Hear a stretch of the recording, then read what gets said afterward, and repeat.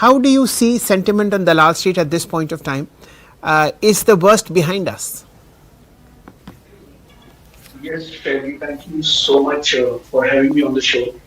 And yes, we are seeing a bounce back today for sure in the markets, just in sync with the global markets.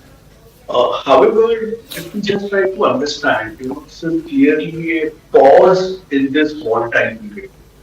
It is not an indication of an end, as we clearly understand. So the fight is on between US and China, and it is going to be there for a sustainable period of time.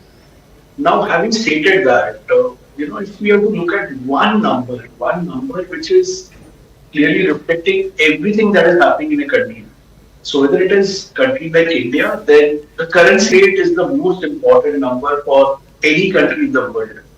Just that number will reflect anything and everything that you do.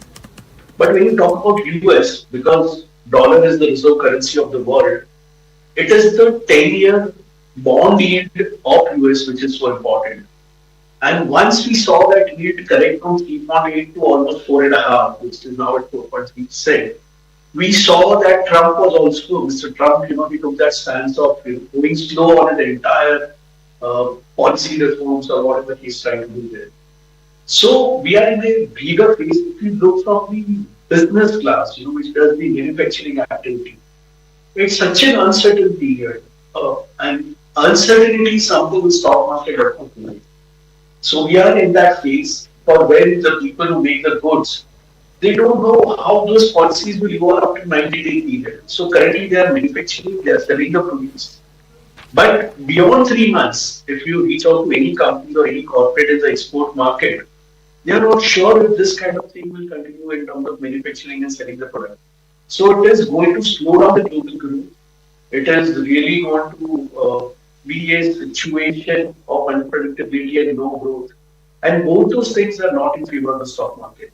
So we'll see what a period of stock market in the world.